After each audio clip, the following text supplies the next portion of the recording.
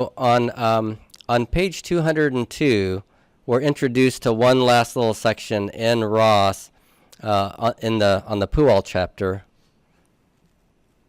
and this is the matter of clauses that begin with hein and hene. Okay, so look at hein.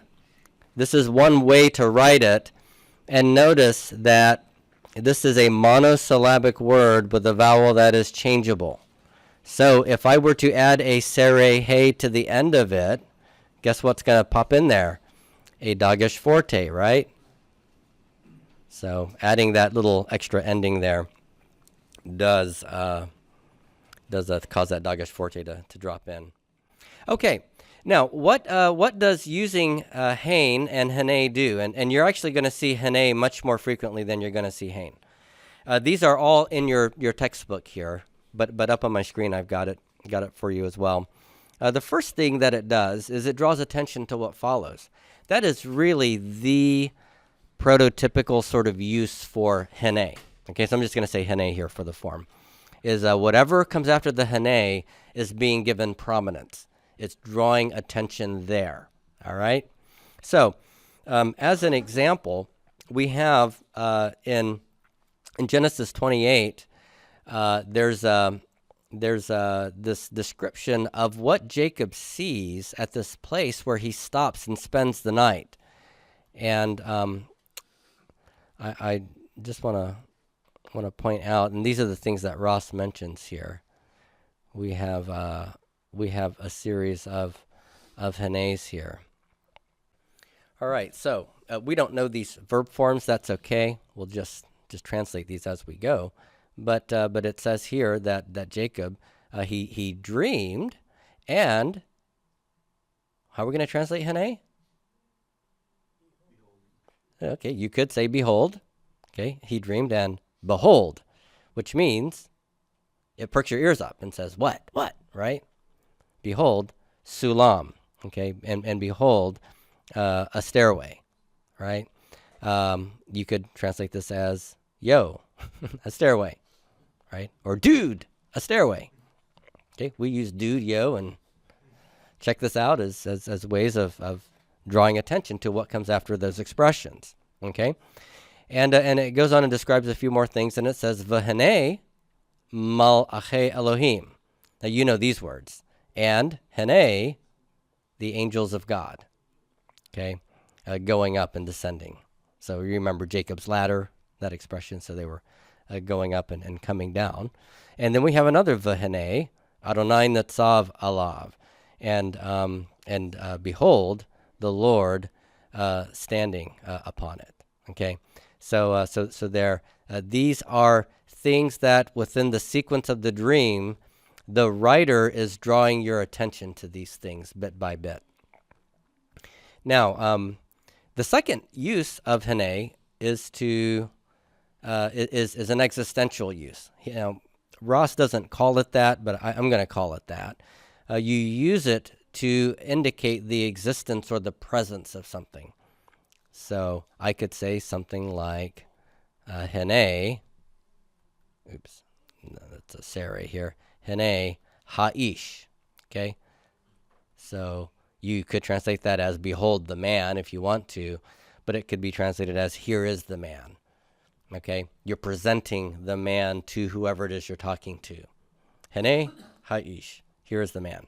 Okay, hene ishtacha, here is your wife.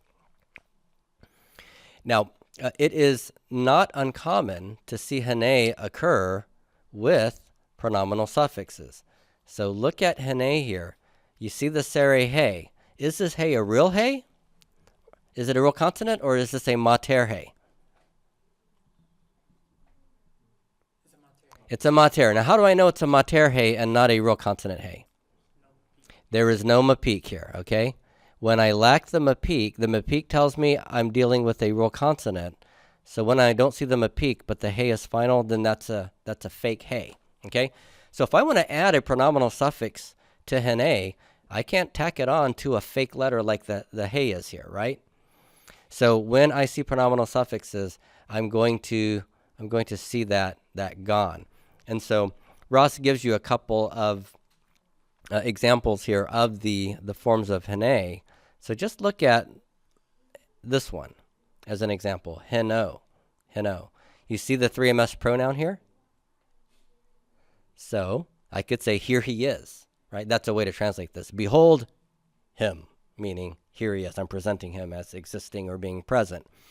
Notice that when I add the pronominal suffix here, I get doubling in root 2, and since the accent is on the back end, this is, with that dagesh forte, this is a cuss syllable now, right? It's closed and unaccented. It needs a short vowel, and I've got that, right?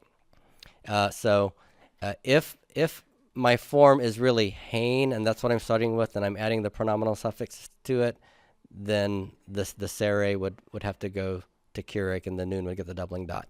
If it's hinnen, then I've already done it. Okay, so whichever way we're going, I'm not sure which one is really the one that this is built off of.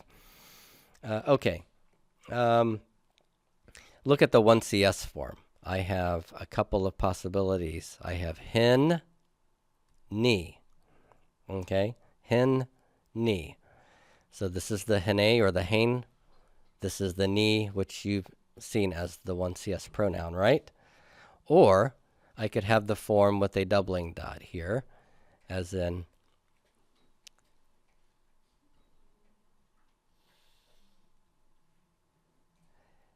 hinnen, ni.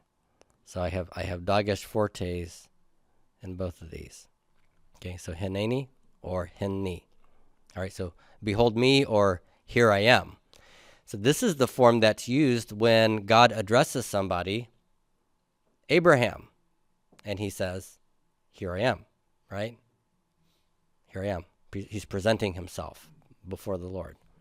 Okay, so those are uses. You can look at the other ways to add the pronominal suffixes. The third use that Ross mentions here is to introduce a fact that lays a foundation for another clause that follows.